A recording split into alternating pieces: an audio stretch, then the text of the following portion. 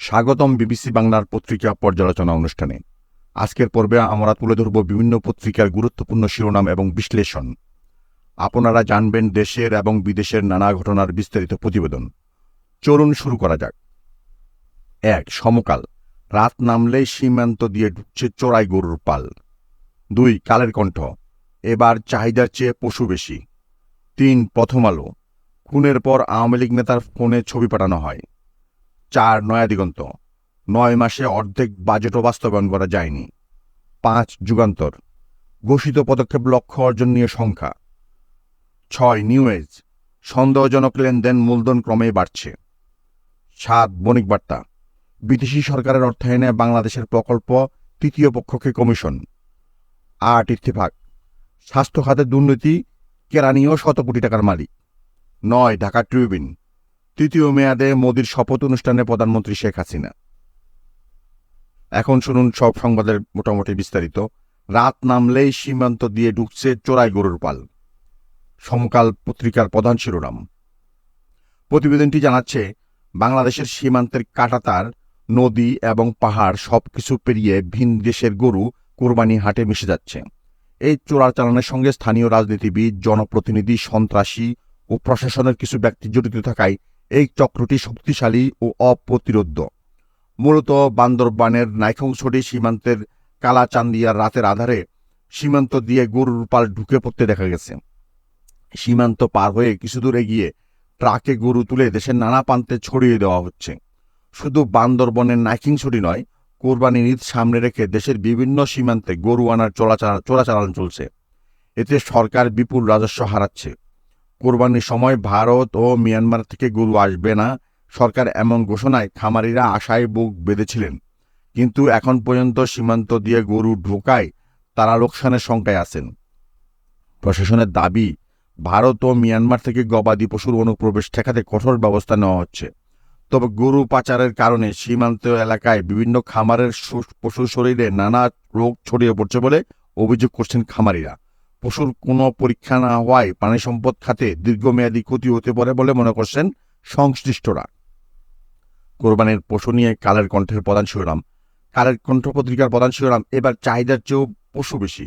প্রতিবেদনটি জানাচ্ছে, চলতি বছরের চাহিদা রয়েছে 1,07,00,000 কোরবানির পশুর, কিন্তু সারা দেশে 1,29,80,367টি পশু প্রস্তুত রয়েছে। ফলে চাহিদার চেয়ে 22,78,000 অতিরিক্ত গবাদি পশু প্রস্তুত রয়েছে। চাহিদা অনুসারে বিক্রি না হলে সংখ্যাটা আরও বাড়তে পারে।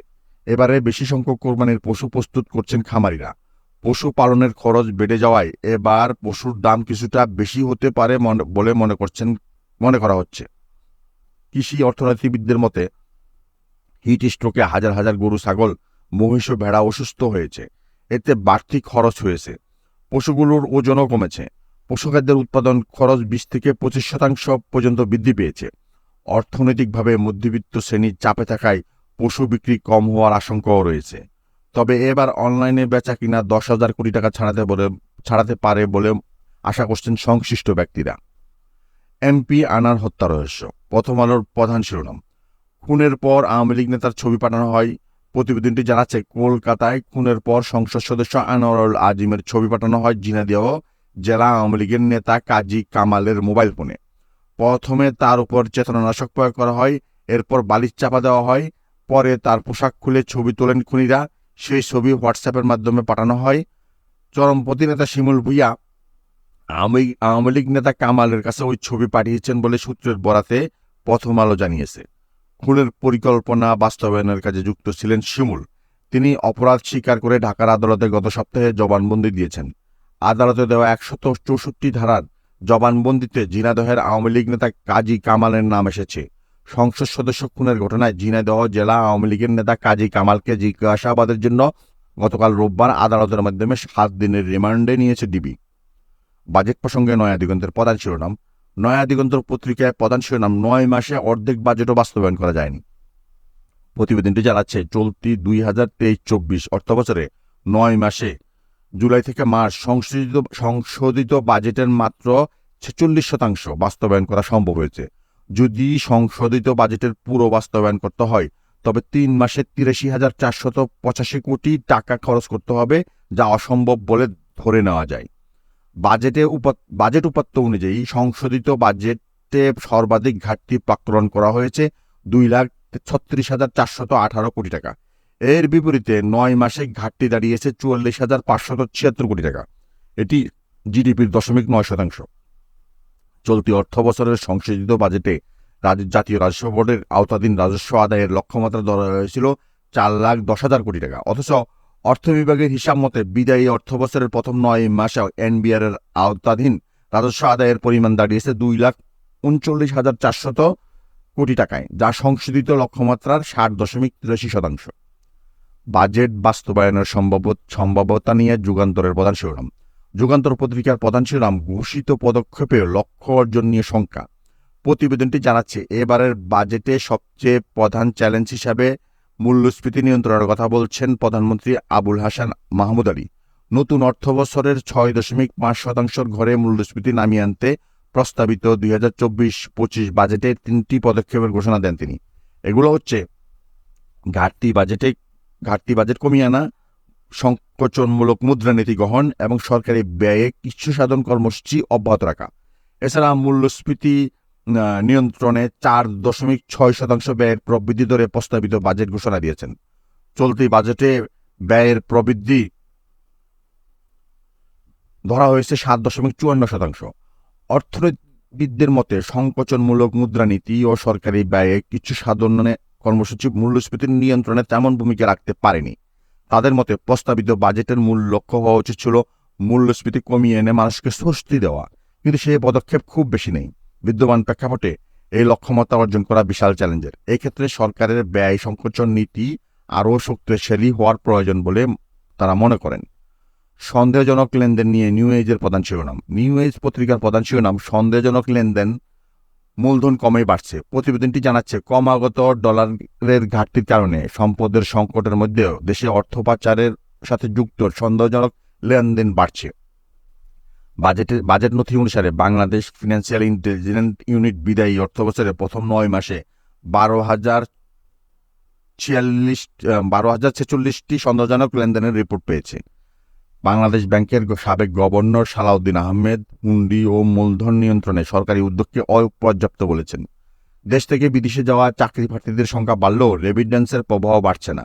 এর কারণ হিসেবে বলা হচ্ছে, হুন্ডি রেমিটেন্সকে অন্যত্র সরিয়ে দিয়েছে। অর্থমন্ত্রীও বলেছেন, অনলাইন জুয়া, গেমিং ও হুন্ডির কারণে অর্থ পাচার বাড়ছে। অর্থনীতিবিদ জাহিদ হোসেন বলেন, ক্যাপিটাল ফ্লাইট ও হুন্ডি অর্থনীতিকে নেতিবাচক প্রভাব ফেলছে। সরকারি প্রকল্পের বিভিন্ন দিক নিয়ে বণিক বার্তার প্রধান শিরোনাম। বণিক বার্তা পত্রিকার প্রধান শিরোনাম, বিদেশি সরকারের অর্থায়নে বাংলাদেশ সরকারের প্রকল্প, তৃতীয় পক্ষকে বড় অঙ্কের কমিশন। প্রতিবেদনটি জানাচ্ছে, চীনের ঋণে Dhaka Ashulia elevated express way প্রকল্পটি বাস্তবায়ন করছে বাংলাদেশ সরকার। প্রকল্পটি 2017 সালে জাতীয় অর্থনৈতিক পরিষদের নির্বাহী কমিটিতে একনেকে অনুমোদন দেওয়া হয়। China national machinery corporation CMC সাথে অ্যাপিক সলিউশন চুক্তি অনুযায়ী এক্সপ্রেস ওয়ের কাজ সিএমসিকে পাইয়ে দিতে সহযোগিতা করবে অ্যাপিক সলিউশন। বিনিময়ে অ্যাপিক সলিউশন কমিশন পাবে নির্মাণ কাজের চুক্তি মূল্যের 6%। G2G সরকার টু সরকার পদ্ধতি হওয়ায় এই প্রকল্পে কোনো প্রতিযোগিতামূলক দরপত্র আহ্বান করা হয়নি। এই পদ্ধতিতে অর্থায়নের জন্য ব্যাংক ও ঠিকাদার নির্ধারণ করে থাকে সংশ্লিষ্ট দেশের সরকার। G2G পদ্ধতিতে বাস্তবায়নাধীন বাংলাদেশের গুরুত্বপূর্ণ প্রকল্পে তৃতীয় পক্ষের আবির্ভাবকে অস্বাভাবিক হিসেবে দেখছেন যোগাযোগ অবকাঠামো বিশেষজ্ঞরা। স্বাস্থ্য খাতের দুর্নীতি নিয়ে ইত্তেফাকের প্রধান শিরোনাম। ইত্তেফাক পত্রিকার প্রধান শিরোনাম, রন্ধ্রে দুর্নীতি, কেরানিও শত কোটি টাকার মালিক। প্রতিবেদনটি জানাচ্ছে, স্বাস্থ্য খাতে ডাক্তার থেকে শুরু করে ঠিকাদারদের শত শত কোটি টাকার নানা দুর্নীতির খবর বেরিয়ে এসেছে। স্বাস্থ্য খাতে বিশাল নেটওয়ার্ক গড়ে উঠেছে, যেখানে সবাই মিলে গড়ে তুলছে সিন্ডিকেট। দুর্নীতির টাকার সবাই ভাগ পায়। মন্ত্রণালয়ও কারো বিরুদ্ধে দুর্নীতির অভিযোগের ব্যবস্থা নিতে পারছে না। আইন শৃঙ্খলা রক্ষাকারী বাহিনীর অনেক কর্মকর্তা প্রদর্শন দিচ্ছেন। অনুসন্ধানে জানা গেছে, সাবেক এক মহাপরিচালকের ড্রাইভার শত কোটি টাকার মালিক হয়েছেন। স্বাস্থ্য অধিদপ্তরের কেনাকাটা সহ সব সেক্টরেই তার হাত ছিল। স্বাস্থ্য অধিদপ্তরের এডুকেশন বিভাগের কেরানির কানাডার বাড়ি কেনা নিয়েও প্রশ্ন উঠেছে। দুদকের চেয়ারম্যান ইকবাল মাহমুদ বলেছেন, এই দুর্নীতিবাজদের মূল নিয়ন্ত্রণ প্রতিষ্ঠা হলো সচিবালয়। সেখান থেকে এগুলো বন্ধ করা না গেলে এদের কখনোই নিয়ন্ত্রণ করা যাবে না। মোদির তৃতীয় মেয়াদের ক্ষমতা গ্রহণ প্রসঙ্গে ঢাকা ট্রিবিউনের প্রধান শিরোনাম। প্রতিবেদনটি জানাচ্ছে, ভারতের প্রধানমন্ত্রী মোদির শপথ গ্রহণ অনুষ্ঠানে বাংলাদেশ সহ শ্রীলঙ্কা, মালদ্বীপ, ভুটান, নেপাল, মরিশাস এবং সেসেলেসের শীর্ষ নেতারা যোগ দিয়েছিলেন। শপথ অনুষ্ঠানে 8,000-এর বেশি বিশিষ্টজন উপস্থিত ছিলেন।